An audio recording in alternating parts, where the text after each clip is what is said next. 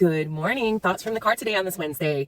Okay, today I want to talk about how we self-sabotage ourselves through resiliency. I know resiliency often is seen as this really positive thing, and it is, until it's not. Oftentimes people who have built up a lot of resiliency in their life, and it's been required of them to become resilient, they tend to have a certain behavior and thought pattern that can become self-sabotaging. So I want to talk about some of those pitfalls and how we can make sure that we're asking the right questions of ourselves and make sure we're not becoming too resilient and sabotaging ourselves. Okay, so the first thought pattern that happens is overcompensation. Oftentimes people who have a lot of resiliency, have built up a lot of resiliency in their life, they will constantly be in this place of excessive striving. So people with high resiliency, they tend to push themselves too hard to prove their worth. So if you are someone who has had to be very resilient in your life, you may have a difficulty with worth. And this is something that can happen where you overcompensate for the fact that you don't feel worthy.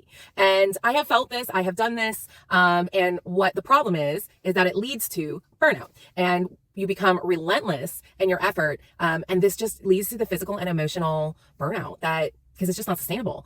Trying to be resilient, trying to be doing everything by yourself and your own resiliency is not healthy in the long run. Trust me, I know. I've done it. The second thought pattern that happens for someone who we would label as being super resilient is the denial or suppression of their emotions in general. This is done because they want to avoid feeling. Someone who is seen as super resilient oftentimes wants to avoid their feelings or suppress them and ignore them so that they can remain positive and push through. They want to push through whatever the negative spaces they're in or the negative thing that's going on in their life. So they kind of can become that toxic positivity where everything there always has to be a good thing, and they can't just say, this really sucks. And so they become that toxic positive kind of person because of the resiliency that they've had, where they don't want to actually feel those negative feelings because it's very uncomfortable, and they've had a lot of being uncomfortable in their life, and they don't want to do it anymore.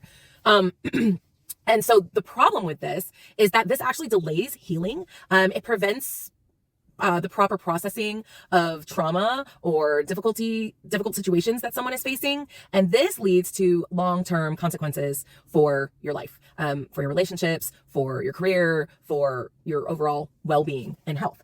The third thought process that people who are very resilient, the trap that they can fall into, is perfectionism. So someone who is seen as very resilient, oftentimes they will have unrealistic expectations and super high standards of themselves and everybody around them. And this makes it very difficult for someone to accept mistakes that they've made and imperfections about themselves and others. So it's very difficult for someone who is seen as very resilient, who has a lot of resiliency, because they feel like I can't overcome all these other obstacles. So why can't you? And so there's just these very high standards that people who have high resiliency have for themselves, and they can become perfectionists. The fourth thought pattern that can be a trip up for those who are very resilient is ignoring warning signs. So someone who is very resilient will ignore the warning signs and their own needs. They will focus on being resilient, and this oftentimes will lead to neglecting their personal needs, and they will also ignore warning signs of distress that their body might be in, which again cycles back to the whole idea of burnout, because you're ignoring your needs and you're trying to take care of everybody else.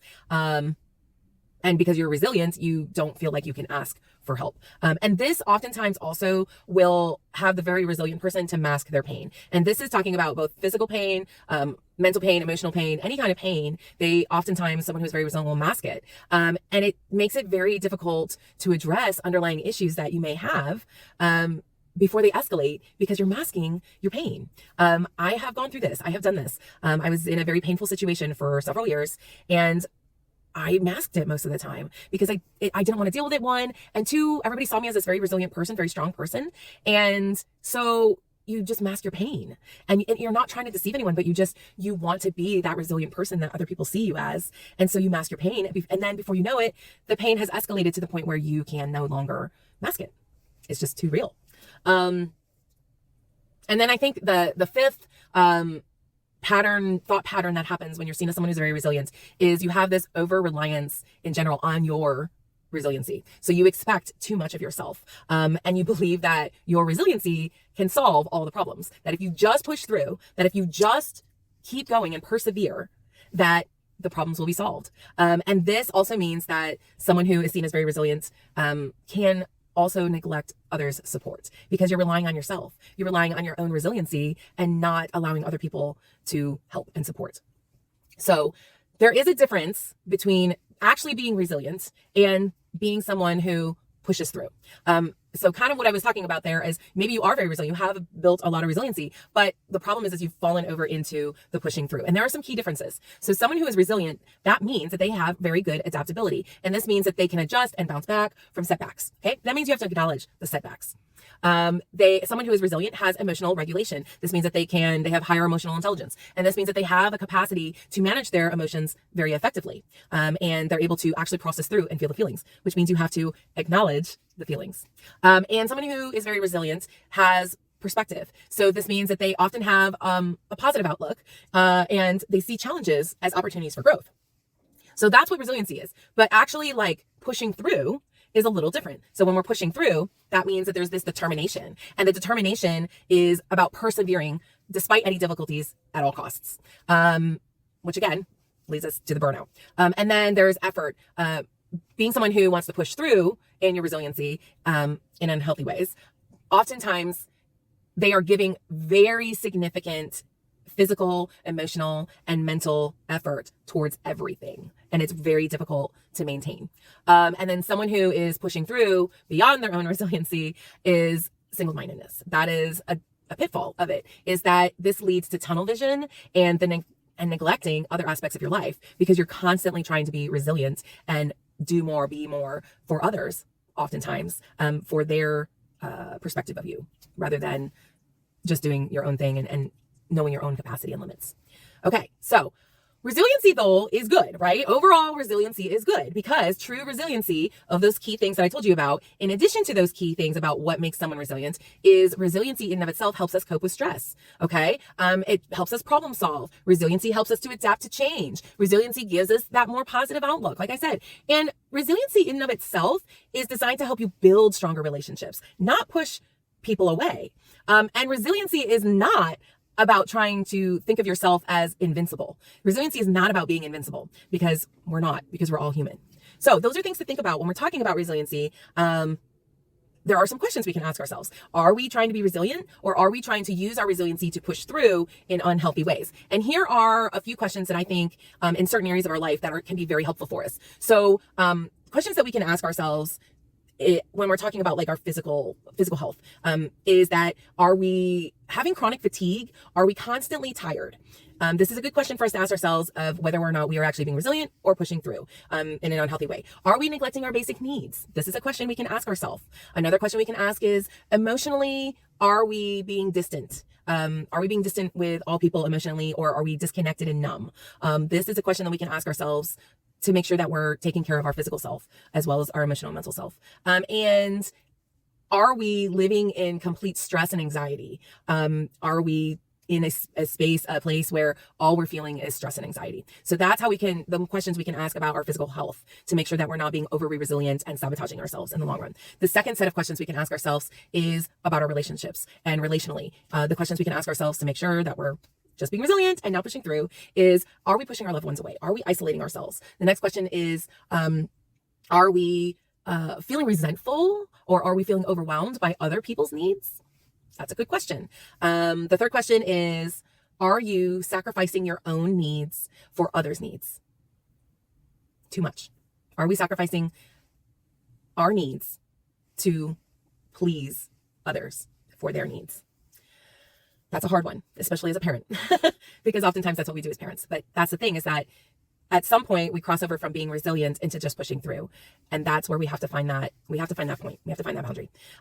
Questions we can ask about our behavior. Are we constantly striving for perfection? Are we constantly striving for perfection? And are we doing it to avoid failure? Are we procrastinating or avoiding tasks? Are we taking on more than we can actually handle? And I think the last question when we're talking about behavior is, are we neglecting our own desires, our own hobbies, our own interests? So this kind of deals with some behavior questions that can help us. And then I think there's a category of like our thoughts, feelings, emotions. There are questions that we can ask to make sure that we're remaining in balance there, and we're not just, overdoing it, overcompensating again with our resiliency. Those questions would be, are we constantly telling ourselves that we can handle this? That's a hard one, because I have to ask myself that question a lot. Are we feeling guilty or ashamed for needing help? And I think the last question is are we afraid to be vulnerable? Are we afraid to show weakness? These are questions that we can ask ourselves to see are we being too resilient and relying too much on our resiliency to get through a difficult situation? Okay, so then the question becomes, how do we reduce our reliance on resiliency? What strategies can we use to reduce this? The first strategy I think that we can use to reduce our reliance on resiliency and quit sabotaging our own self is when we got to seek support. We have to find that supportive friend, those supportive people in our life, and talk to them. We have to communicate with them, and we have to rely on others and not just ourselves. I know, especially in America, this hustle culture says don't rely on anybody else and only rely on yourself. The problem is this leads to burnout. This sabotages us to where we are going to need others in ways that we don't want to need them, in very serious ways for ourselves. Physically, our body is going to give out at some point. I think seeking professional help. We talk about this all the time. Sometimes we need that therapist, we need that counselor to help us work on some of that inner work. We need that coach to help us to not just push us all the time, but also make us ask those questions that I brought to you guys. That's part of coaching, is bringing those questions and asking you the difficult questions, challenging that thought pattern that you have, challenging the behavior that you have, so that you can actually reach your goals, so that you can actually live the life you want to live. So we have to seek support. That is the first strategy for overcoming over resiliency. The second thing is we have to practice self-care. You knew I was going to say it. We have to prioritize our rest and our relaxation. Resting is a requirement. It is not a reward. Relaxation is a requirement. It is not a reward. You don't work so hard that you cannot relax. That is not how it works. I mean, that is what most of us do, but that is not how it's supposed to work. We have to put ourselves first and take care of ourselves so that we can take care of others, so that we can reach our goals. So we have to be mindful of that. This means our physical health too, and that we have to engage in our hobbies as well. That's all part of self-care. The third strategy that we can use to help us not be so reliant on our own resiliency is we have to set realistic expectations for ourselves and others. We have to understand our limits. We have to understand that we can't always overcome. Not by ourselves, not based on our own resiliency. We can't. And I think that this requires compassion. We have to allow ourselves to experience the setbacks, experience the failures, experience the emotions that go along with these things in order for us to actually overcome. And we have to do this with compassion, meaning we don't have judgment against ourselves and self-criticize for the setback, for the failure. We have to allow ourselves to have those feelings about that and not judge ourselves so harshly. We have to have compassion.